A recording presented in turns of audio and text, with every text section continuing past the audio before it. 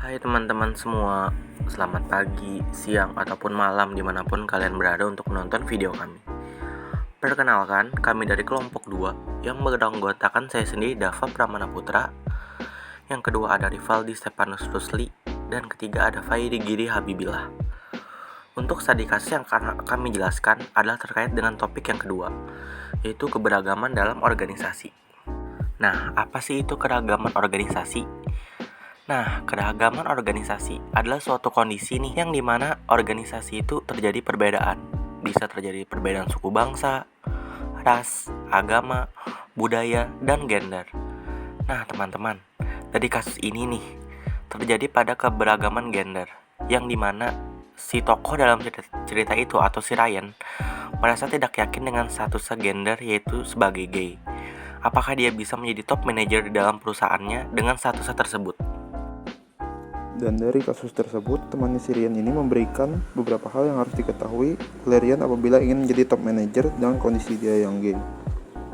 Pertama, carilah perusahaan yang dimana budaya perusahaan tersebut terbuka dan menerima keterbukaan dan kesetaraan gender. CEO Apple Tim Cook mengatakan, "Saya memiliki nasib baik untuk bekerja di perusahaan yang mencintai kreativitas dan inovasi, dan perusahaan tersebut tahu bahwa hal tersebut hanya bisa berkembang ketika Anda merangkul perbedaan orang. Tidak semua orang begitu beruntung."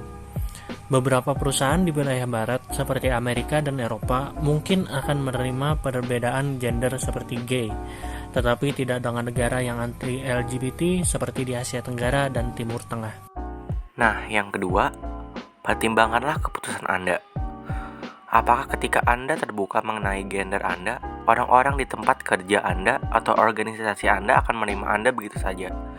Bisa saja nih, ketika orang tidak suka dengan apa yang Anda lakukan, atau Anda melakukan keterbukaan terhadap gender Anda akan dikucilkan dan bisa dibenci di organisasi atau kantor Anda, yang dimana itu akan mengganggu moral dan mental Anda, serta kinerja Anda dalam bekerja pastinya. Dan itu juga mungkin akan berpengaruh terhadap kinerja Anda dan teman sekitar Anda dalam bekerja. Dan secara tidak langsung nih, akan berpengaruh terhadap perusahaan atau organisasi. Oleh karena itulah, pertimbangkanlah keputusan Anda ketika ingin Anda terbuka mengenai gender Anda.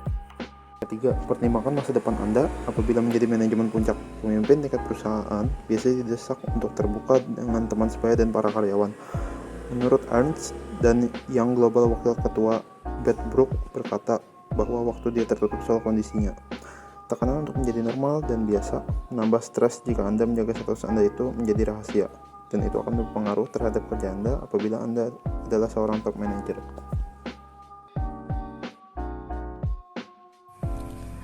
Dan yang keempat, waspada terhadap hukum internasional dan nasional. Sayangnya, beberapa negara tidak toleran terhadap hal tersebut.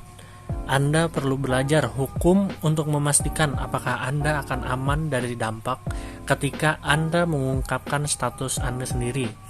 Beberapa negara di wilayah barat seperti Amerika dan Eropa mungkin melegalkan hukum tentang LGBT, tetapi tidak dengan negara yang anti-LGBT seperti di Asia Tenggara dan Timur Tengah yang tidak melegalkan hukum tersebut. Nah, dari kasus tersebut nih, mungkin kami dari kelompok dulu dapat memberi saran atau kesimpulan bahwa keberagaman dalam organisasi itu bisa macam-macam. Bisa dari keberagaman suku, agama, ras, dan gender. Dan dari kasus ini dapat ditarik kesimpulan dan saran bahwa kita harus melihat bagaimana budaya perusahaan tersebut, serta lingkungan kerja karyawan tersebut, serta hukum yang ada di negara tempat kita bekerja.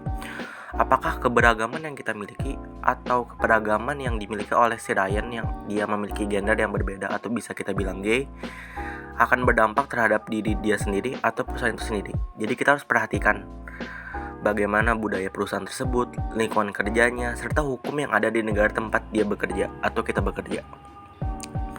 Mungkin itu saja yang dapat kami sampaikan oleh kelompok 2. Salah hilap mohon maaf. Terima kasih.